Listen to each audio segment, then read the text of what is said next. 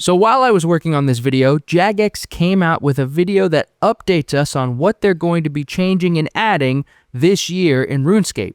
And oh boy, it's a lot of stuff. In the wake of the anti-treasure hunter vote, they are making a lot of sweeping changes to this game. A lot of those changes address things that I talk about in this video. In fact, somebody in my Discord server who was helping me write the script for this video said that maybe this video shouldn't come out at all anymore. Well, it's coming out, as you can see. And there's a reason for that. I think a lot of these points are still worth bringing up, even in light of the video that Jagex just released. But I'll tell you why I still released this video at the end. So for those of you waiting to type, hey, they fixed all this or they're going to fix all this, I have an explanation at the end. But until then, here's the part of the video that I had already recorded when that video came out. I've expressed before that I prefer RuneScape 3 over Old School RuneScape. And while that's definitely still true, that doesn't mean I hate Old School RuneScape. Old School RuneScape is a great game, and the Old School team does a lot of things better with their game than the RuneScape 3 team does. There's a reason it's the more popular game, and it has way more content creators online. In this video, I'll be covering what I think are the top 5 things Old School RuneScape does better than RuneScape 3, from the point of view of a RuneScape 3 player. I want to say before we jump in that you will not find the elephant in the room, microtransactions, on this list. Microtransactions in RuneScape 3 are absolutely terrible, and Jagex are making the removal of most of them and the fixing of the cosmetic side of things a priority this year. So it's not going to be as much of an issue moving forward, plus it's a really obvious answer. We all hate the microtransactions, that's obvious. I want to get more into the actual game design aspects of this, so you won't see it in this list. Alright, let's jump in with number 1.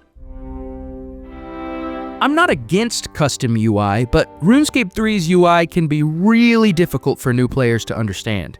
If there was a way to make the UI easy to understand yet customizable at the same time, that would be perfect. If you could see multiple windows on screen at once or move the game window, that would be ideal. Of course, new players wouldn't be able to figure this out right away, but the old school UI is simple enough that it doesn't need to be changed to be more optimal. The ability to customize it would just be a nice option to have. I also think that this is one of the many reasons we see more old school RuneScape content than RuneScape 3 content. Tune into any RuneScape 3 stream and it's visual overload. Even from a RuneScape 3 player, it's just way too much. Now, it's not just the heads-up display either. A lot of skilling interfaces are unintuitive and cause a lot of friction to players. A good interface should be pretty easy for a new player to grasp at a glance. Clear indication of what everything does, laid out in a way that makes sense to our brains, grouping things together in a way that makes sense, and having continuity between systems. The smithing interface is a good example. If you want to craft something, you have to scroll all the way down to crafting metals. If you're new to the game, it might take you a while to figure out how to find it, especially because you can only craft at a furnace and not at a forge, even though your metal bank is otherwise shared between the two. Now, don't get me wrong, I like the smithing rework, but this interface needs an interface lift. Take a look at the ribbon on the bottom right. Now ask a new player. Find the area tasks in there. Yeah, good luck. One big complaint of RuneScape 3 is that it has too much content that makes it overwhelming. I would argue that's only slightly true. I think the real issue is throwing too much "this is how you do this task" without the "here's how this task fits into the core game loop." RuneScape 3 has a real problem throwing a lot of information at you too quickly. You finish the main tutorial only to do another tutorial, and then you're led around doing more tasks by the activity tracker. And this system is terrible. It takes away the freedom of RuneScape by giving you a dotted path right to a specific activity that's chosen for you. Then, on top of that, it only shows you how to do those specific tasks, but it doesn't teach you how those tasks fit into the core gameplay loops of RuneScape. It just shows you how to do stuff, but it never really shows you the point of doing that stuff. Old School RuneScape teaches you the basics of the game on Tutorial Island, and then drops you off in Lumbridge and says, "Good luck, have fun." Adventurer John does give new players further guidance, but it's not teaching new game mechanics. He builds on what the player just learned on Tutorial Island and gives them a starting point if they want one. This ensures that new players have guidance if they feel lost, but they're not being overloaded with information right at the start. For example, RuneScape 3's activity tracker says, "Go mine X ore. Now go smelt X bars. Now make a weapon. Next task. Adventurer John says, go level up your combat. How you do that is up to you, and he doesn't hold your hand every step of the way. Old School RuneScape shines at getting players hooked on the gameplay loop, and RuneScape 3 just does not do that. Old School RuneScape's game mechanics look very simple, but they're deceptively complex. This allows them to be easily digested by new players without making it limiting for advanced players. Combat is a good example. On Tutorial Island, they tell you to click your enemy and just sit back and wait to see who wins. They also teach you how to use prayer to negate damage or assist in your fight.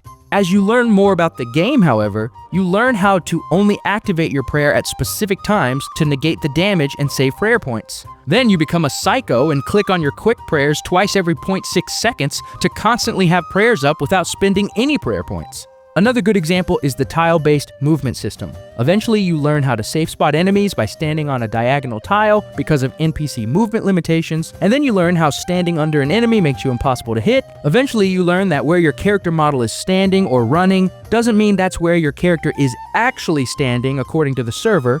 This can help you dodge things when you understand that just because your character model is standing right in an attack animation, that doesn't mean that your character actually got hit by that attack.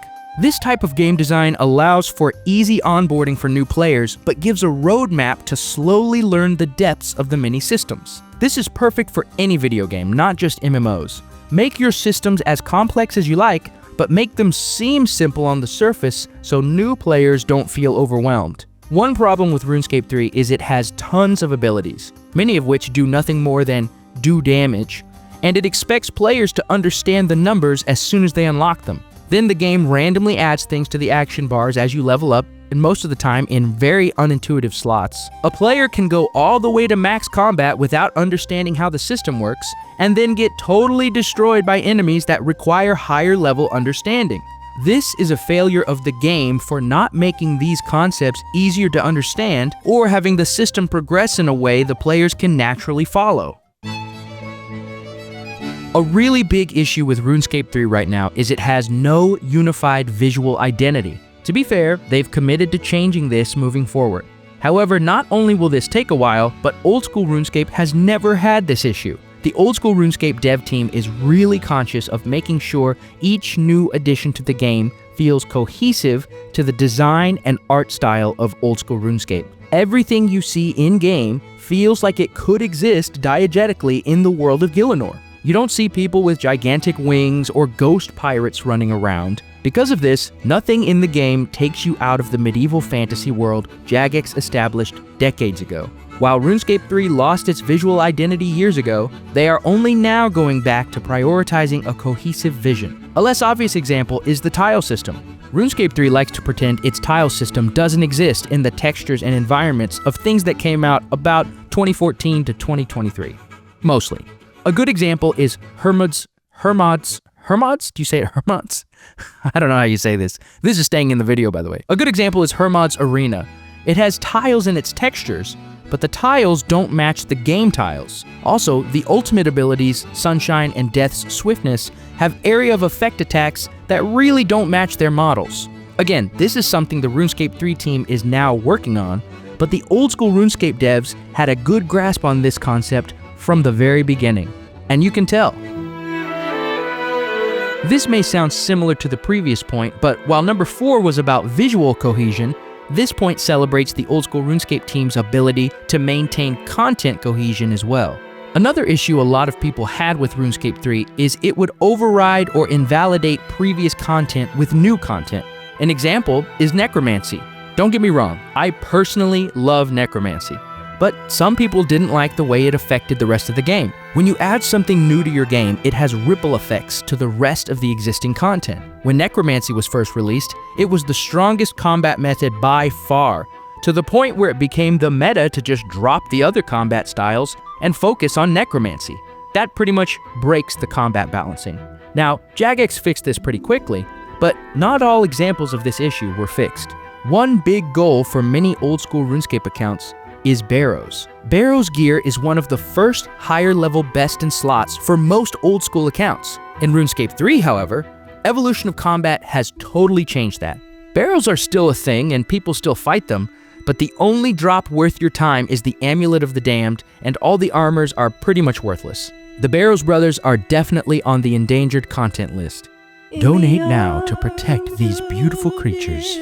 This is a crazy comparison when you see how Barrows gear still fits in the natural Old School RuneScape gear progression. This shows that the Old School RuneScape team is a lot more mindful of this problem.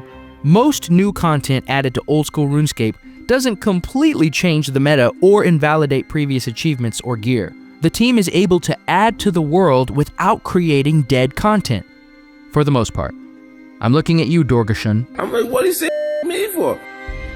So I said at the beginning of the video that I didn't think Jagex's update video invalidated this video at all. And for those of you who watched all the way to the end and are hearing this outro, you might be thinking, what are you talking about? Most of the things that you addressed in this video, they are going to be changing and fixing throughout 2026. So why did you still post this video? Well, I still posted this video because A, I had already put a lot of work into it, and B, I think this really shows that we really are moving away from RuneScape 3 into a new era of RuneScape that I'm calling RuneScape 4. And I think this illustrates this so perfectly because most of the issues with RuneScape 3 that Old School did way better are being changed and addressed as we move into this new era of the game. So I think this video will stand as a testament of how we have progressed. Now, a lot of what they do this year is going to be completely dependent on execution. They could still fumble the ball, but if they don't fumble the ball and they do what they say they're going to do and it's great and the player experience is much better than it was, let this video be a monument to RuneScape 3 and what was wrong with it as we move into RuneScape 4. Well, thank you so much for watching this video all the way to the end. I really appreciate it. If you could leave a like on this video, that would be great. If you want to see me break down why exactly I think these new changes constitute a name change from RuneScape 3 to RuneScape 4, check out this video.